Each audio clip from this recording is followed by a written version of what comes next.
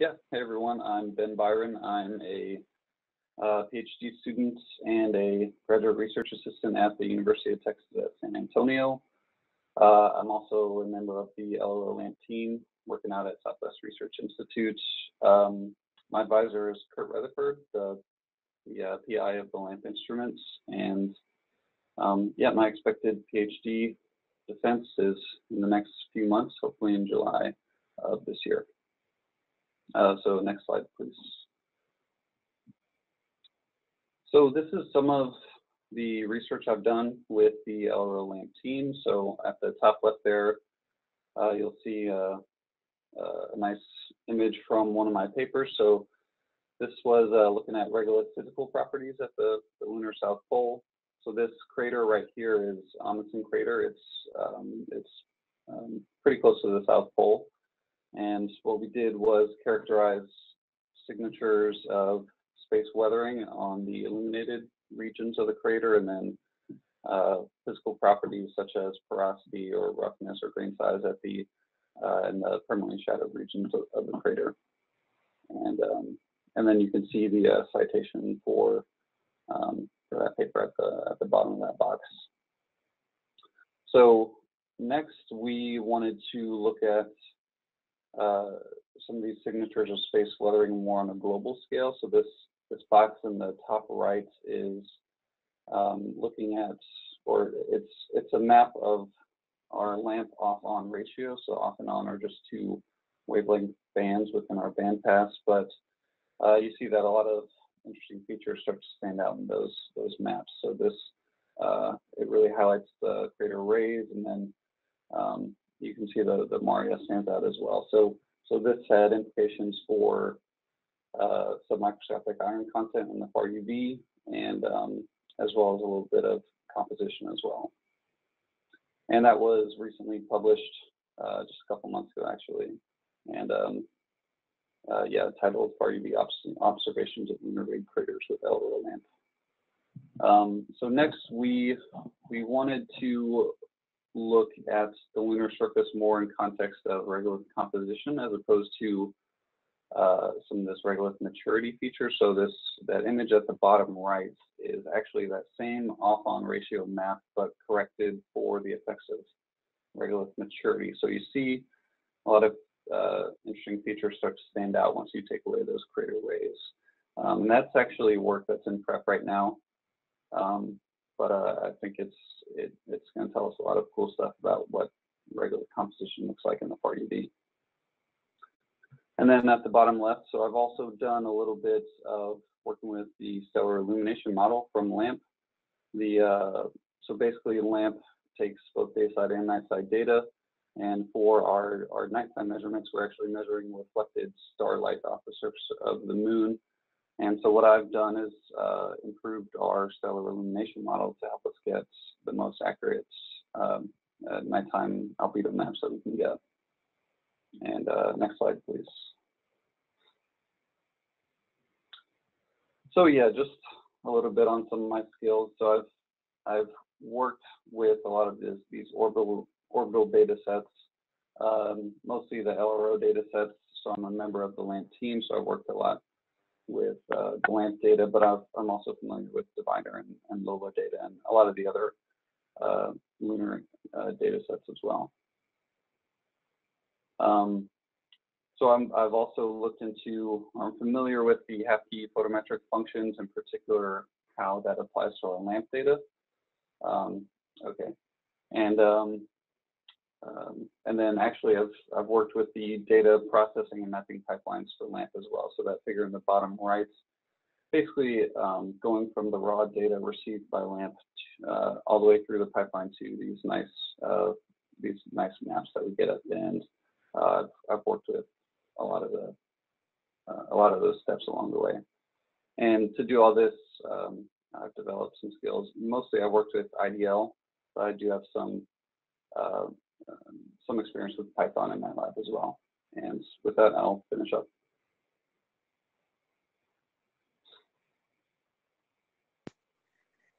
All right, thank you, Ben. And up next is Dany. Great. Okay, Dany, whenever you're ready. Okay, awesome. So my name is Dany Waller. I'm actually a first-year grad student at Johns Hopkins University, and I'm here because I'm looking for an advisor. I'm interested in planetary geophysics, magnetospheric physics, and potentially spacecraft engineering. I'm going to talk a little bit about the research that I actually did as an undergraduate to kind of give, I guess, a view of my skill set. So this image is a really well-known image. This is the lunar swirl called Reiner Gamma. And if you don't know what a lunar swirl is, they're basically optical patterns on the surface of the moon that we believe are generated by a lack of space weathering, because lunar swirls are associated with magnetic anomalies. So if I could get the next slide. Okay, so what I actually did was I used lunar prospector magnetometer data to, one, create maps of this particular swirl. So the center image here is, the center image on the left is the total field, and the center image on the right is the B theta, so coming out of the surface of your computer screen essentially. And these were plotted from LP vector data at a altitude of about 20 to 40 kilometers. And we also sorted this data particularly so that it was using night side data, so it wasn't exposed to solar wind and the magnetic fields weren't being suppressed. And then I tried to model this anomaly that's underneath of the swirl, Reiner Gamma. I used Fortran and GMT to make the models, and I used MATLAB to plot the lunar prospector data. The reason that it's so important to try to get really good models for these lunar swirls is if you figure out the depth, the geometry, the inclination and declination, that gives you just a wealth of information about how they were potentially formed. There's a couple competing theories for how the magnetic anomalies were actually formed that accompany these swirls. And not all magnetic anomalies on the moon have a swirl, so that's also just kind of an unknown. And if we can figure all of this out, put this whole puzzle piece together, it just gives us so much to study. It relates to a variety of different subfields, all of which I'm interested in. And then if I could get the next slide. So all of that was done using Lunar Prospector, and for my thesis as an undergrad, I actually tried to combine Lunar Prospector data with Kaguya, the JAXA spacecraft. I tried to combine the two magnetometer data sets so we would have more information, could make maps with just better spatial resolution potentially. And it didn't actually work out, unfortunately, yet. There's some issues with the position inaccuracy of the Kaguya spacecraft, and there's just a wide altitude difference between the two spacecraft, especially in the regions that I was trying to study. So I ended up just taking the lunar prospector data and making gradient maps. So I took along track field differences and then downward continued to the surface using about 250,000 monopoles, and it worked better. We got at surface maps of Reiner Gamma versus the maps that I produced, which were at about 30 kilometers away from the surface. And we had a higher signal to noise ratio, but you can't recover the short wavelength information that's lost from the spacecraft. So I hope to do further works on this, but I'm also open to other things. I also worked with MAVEN magnetometer data and did some data processing and plotting of that, and I've done image analysis, machine learning, all sorts of stuff. So if you're looking for a graduate student or just someone to help out on a summer project, maybe, all of my contact information is on the side, and I would really appreciate it. Thank you. Thank you, Dany. Next is Beck. Whoops, apologize. There we go. Okay. All right, great. Beck, so whenever you're ready. Okay, I'm not seeing my slide, but I'll just assume everyone else is. So there we go. Hi, folks. I'm Beck. My pronouns are they, them, theirs, and I am a planetary geophysicist whose research focuses primarily on the magnetic fields of the moon and other bodies and how they're recorded in rocks. So this may sound familiar from the last couple slides. I'm presenting today because I'm interested in expanding my network beyond my existing subdiscipline and finding new ways to apply my skills. So I think of myself as a lab experimentalist, and although my specialization is in magnetism, I'm generally interested in sample-based planetary science. The photos I've included on this slide are from my 2 postdoc labs. So along the bottom are 2 pictures from the Rutgers Paleomagnetism Lab at Rutgers University in New Jersey, which I helped to turn from a big, empty, magnetically shielded room into the suite of instruments that you can see in the center image. At Rutgers, my main research project as a postdoc was to use 3 basalt samples from the Apollo 12 mission to try to figure out if the moon had a magnetic field about 3 billion years ago, while also acting as the lab manager. And on the right is an image of the main instrument that I worked on as an NRC postdoctoral fellow at NIST, the National Institute of Standards and Technology.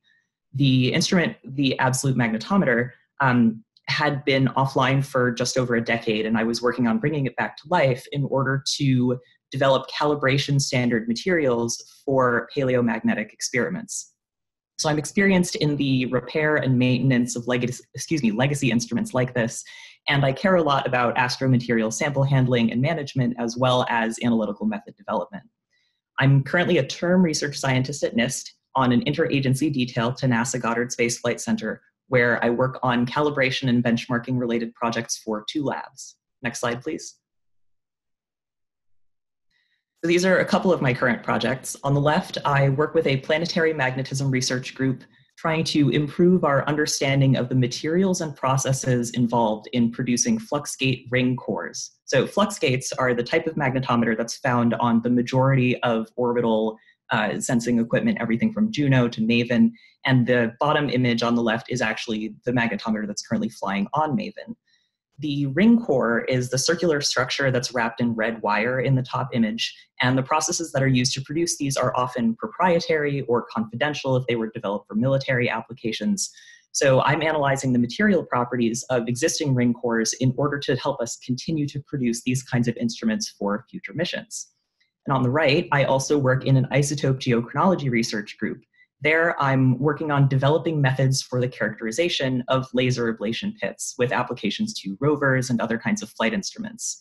We're interested in this because the volume of the material that you're analyzing is a pretty crucial part of the calculation of isotope ratios, and thus the age of that material.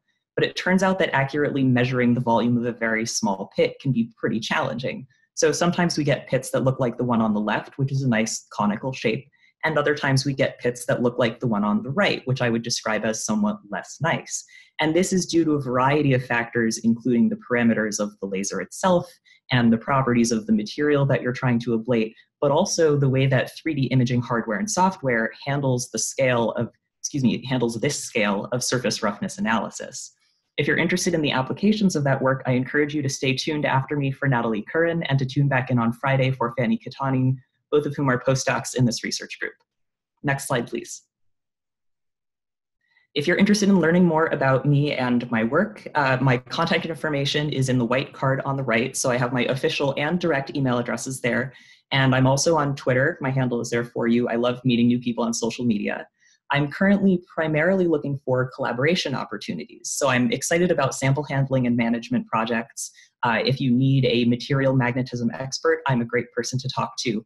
And I'm also here for community networking, including with other early career researchers. Anybody with related research interests, be they lunar or magnetic or instrumentation focused. And I'm keeping an ear out for other LGBTQ+ planetary scientists. I'm the PI on a white paper in the Astronomy Decadal Survey about the inclusion of non-binary people in space science, and I'm currently spinning up a planetary science version of that white paper for our Decadal Survey. So if that's work that you're interested in, either to get involved or to learn more, please feel free to reach out and get in touch. And I cede the remainder of my time.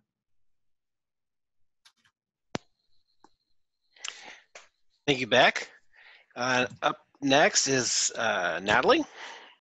Perfect. Okay, good afternoon, everyone. Thanks very much. I am Natalie Curran. I have a background in lunar cosmochemistry and geology. So I started out with a PhD at the University of Manchester, where my project focused on looking at the exposure ages of lunar regolith samples, both lunar meteorites and Apollo 16 samples, and a small piece of Vesta as well. During this time, I was also an LPI lunar exploration internship all the way back in 2013 now. After this, I moved to NASA Goddard, where I started a NASA postdoctoral fellowship, or MPP.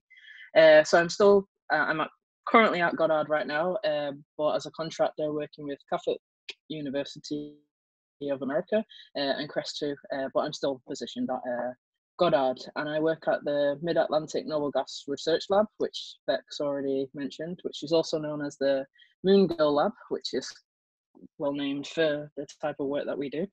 But my focus up till now has been looking at the understanding of the history of the lunar regolith, as well as the geochronology of the inner solar system as well. So I mainly use mineral chemistry and petrology and the noble gas content of lunar samples to understand these questions, and that mainly involves looking at this material with the SEM, electron microprobe, and a lot of noble gas mass spectrometry as well. So can I have the next slide, please? So this brings me to my MPP project, a current ongoing project of ours, which is looking at the chronology of impact melts with depth. And there's no better way to look at regolith material with depth than looking at some of the amazing core samples that were brought back from the moon. So this particular core sample is a double drive tube, which is about 60 centimeters in depth. It's 680012. And on the left here, you can see the decrease in maturity value of the regolith material with depth. And the little red dots on there are where we have taken our samples from. So we have 0.5 or half a gram of material from each of these spots. And previous work has shown that there are 5 compositionally distinct units in this core. So not to say layers, but just distinct. So we've took a bulk sample from each of these, and as well as the surface. And from each of these samples, they've been sieved, and we've taken the particles out of them. So we got 332 particles, each of which I hand polished, so we could take high resolution SEM images, which you can see a collection of them at the top of the slide. So we got a bunch of different impact melts, which is what we're focusing on here. So based on the texture, I selected a few for further investigation. To do some electron microprobe work on them and trace element analysis. So the graph in the bottom corner is of the trace elements, and you can see the individual different colors.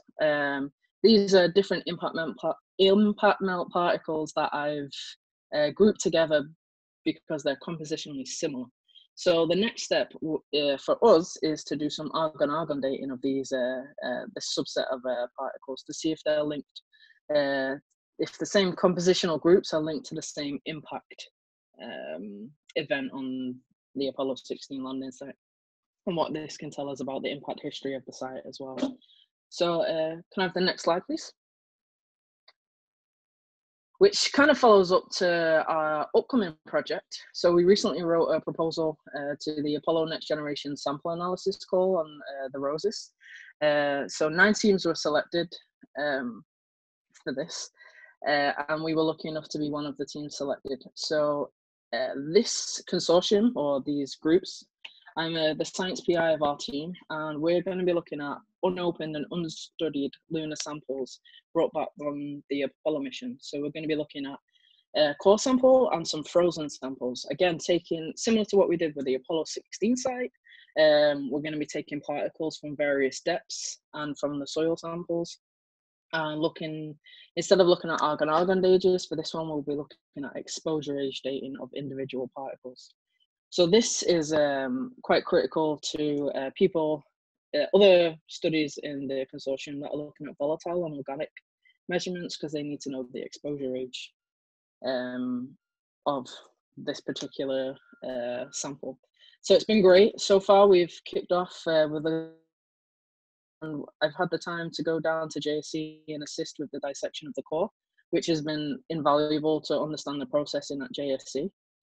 And in future, I will be looking out for collaboration opportunities, not just with lunar samples, but other planetary materials as well, Mars, or as I said, I've worked with pieces of Vesta before.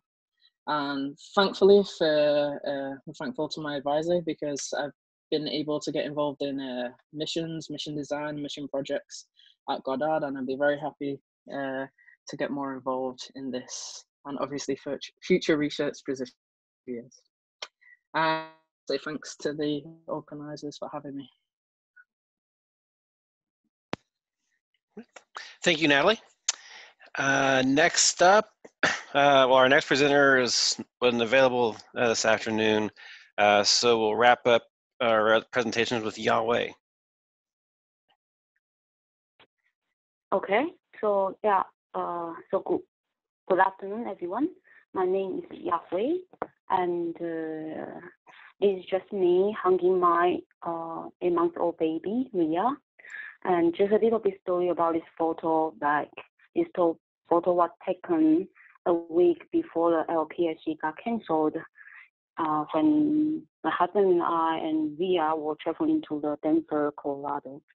So anyway, I have done many diverse research topics from the actual family, from Taiwan to the biophysics protein folding, and eventually I became very interested in planetary science, and especially the intense bombardment environment on the moon.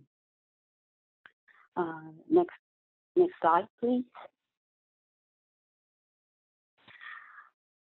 So the impact bombardment on the moon is so intense, so you actually can see the effects, like the material have been like moving around by the impact across the darker Huei and the brighter highlands. And that effect can be seen from the spacecraft such as Clementine, and that can also further quantified by their reflectance data. So my very first paper on the top, heterogeneous impact info on the moon, was to build the code, material tracking code, to simulate the material maximum transport across the Huei and highland boundary. And then, based on that code, I modeled the impact glass surveys for the second paper. And the impact glass surveys are unique because they are very useful. Researchers can date those impact glass surveys using an argon dating technique, and to interpret the impact flux in the over time. And what we find out by modeling these impact glass surveys is that a lot of the impact glass surveys collected or returned from the operation are actually collected at a very shallow depth, like centimeter, tenths of a centimeter. So as the younger quaternion events constantly deposit their glass survey on the top, so we are encountering the sampling bias. We only sample the younger age on the top, but once you get down to the deeper depth, the distribution just became like homogeneous. And then my second author paper, I'm really proud of that working with a graduate student from Purdue, Jack, and I now becoming a firefighter. So this paper was to study like why the crater ray seen in the left bottom, that's the Tycho crater, and last spiky ray are the crater ray. So the crater ray can become longer when the crater size get bigger. So we study why it is the case on the moon. Yeah, next slide, please. Thank you. So, and right now I am currently working with Jason Soderbergh from MIT, and to constrain the impact bombardment in the very early moon. And so like the left top figure is the Cailin image. And you can see crater saturated at all ranges of size from 100 meter to like kilometer. So it's very tricky and difficult to understand how much bombardment occurring in the surface. So instead of that, we look at the porosity data from the grail on the right top. So the red colors are the higher porosity. So the Oriental and the Muscovine, they can produce a lot of porosity in the crust. Other basins are older and they don't see that prominent porosity. So we build a model to simulate that porosity in the crust, and you can see that from the bottom right. And from this simple model, we actually can trace the porosity distribution in a very early moon. And so, for example, the left button just shows you because of South Pole Aegon and also other grail basins, so that produce a lot of porosity in the southern hemisphere than the northern hemisphere. So this is just a little bit about the moon and what I have done in the research. I'm also looking for the more projects in the future. So if you are interested in this kind of modeling work, yeah, I am very interested in that working with you. Yeah, thank you for listening. Thank you, Yahweh, and thank you to all our presenters presenting today. So this wraps up this afternoon session.